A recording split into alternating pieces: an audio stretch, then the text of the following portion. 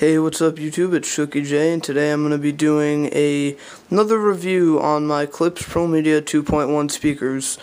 A lot of people are going to be thinking to themselves, okay, why is this kid doing another review on this system? He already did it. Well, I'll answer that for you. It's because I did a really bad job last time. A lot of people giving me a lot of credit, saying that I did a good job, but honestly, it could be better. I had a really bad desk, and the weird part is, a few days after I made that video, I got this new desk, so it's a year later. It's a little bit too late, but I'm going to do it anyway. I think these speakers might be a bit outdated, but it could be pretty cool for some people that are thinking of getting them used, or if they even still make these anymore. So, I'm not going to go crazy with this like I did in the first video, because a lot of people were sarcastically saying, oh, what's the name of the song? I'm just going to give you one little look at this. The title of the song is Brazil Second Edit by Deadmau5 on the album Random Album Title. I went a little overboard last time, saying a million times what the name of the song, and I don't want to get in trouble. Honestly, that's all. So, without further ado, let's get into it. These are the satellites. There are one on each side, obviously, because it's 2.1. So the right one and the left one are exactly the same, because you can plug them into whichever side you want, because they're the same. So I guess I'll just use this one because there's not so many wires in the background. So that's what it looks like. There's a tweeter on the top for the highs. It gives it really nice crisp sound. And on the bottom you get your mid-range, and if I can just pull these out for a second, I would like to make a good point. These do not have any type of port in the back. All you get is a sealed rubber port so that no air can escape and give you that farting air sound that sounds awful in your music. So that is something I give credit for. If they had not done that, you get that really awful air passing through the plastic sound. I give them credit for making sure they did a good job of sealing it. And I might also add that without the subwoofer, these mids alone can crank out some bass, so I will give an example of that in the video. Now, you're going to be wondering as well, how do you adjust the volume on these things? And I'll just show you. It should be right underneath this thing. You can see there's a little slit in the bottom where it was, but they make it removable so that somebody like me could do something like this. You could honestly take it right off of one of the satellites and put it wherever you want to. And I decided to put it right on the underside of my desk, just for the sake of making it easier, because if you see how big this desk is, it's kind of tough to reach all the way over and adjust the volume. So that was just a little bit easier. But now, let's get down to the sub. This is THX certified, which means, in essence, it cranks. That's the only way I can put it. It cranks. So, for those of you who don't know what that means, it's loud, it's got bass, and the sound is just perfect. It's got a very wide port, obviously, for cranking out the bass, and a 6.5-inch woofer on the side. I guess you would call that a subwoofer because there's no dome on the cap. So let's just take a look on the back of this thing.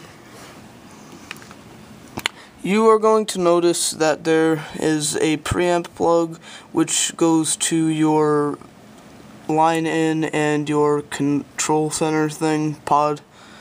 And then there's two analog outputs. This has a 200 watt maximum output, subwoofer included. So I don't recommend hooking up other speakers to this thing, because if you were to put, say, some bookshelf speakers, chances are your bookshelf speakers are going to be a little bit over 200 watts, so it's not the safest thing you could do, but honestly, if you want to do it, go for it, but not responsible for any damage that occurs because of that. So now, obviously you guys are going to want to hear what these things sound like, and I know there's going to be people out there that are going to say, oh, well, it's not going to be an accurate representation because people don't have as good speakers and the compression on YouTube, and what if I don't have a good mic on my camera? I understand that, but just for video purposes, let's do it. So, This is going to be without bass, just to prove my point that these things can still crank without the woofer. And we start now.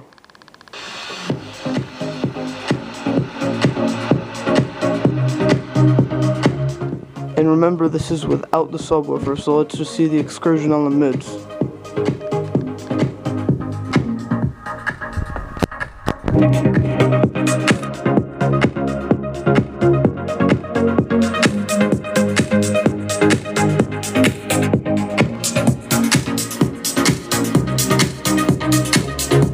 That's a pretty impressive output, just them being the mids and the highs. Like I said, the bass is pretty phenomenal even without the woofer. So now I think it's time to turn the woofer on and see what these things are capable of. So we're going to turn the woofer up to its halfway point and start cranking these things.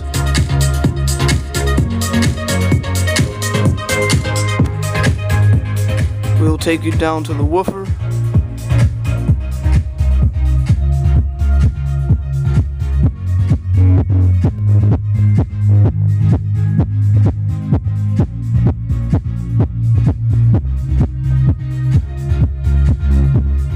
I'll actually stick the camera inside the airport so you can see just how powerful it is.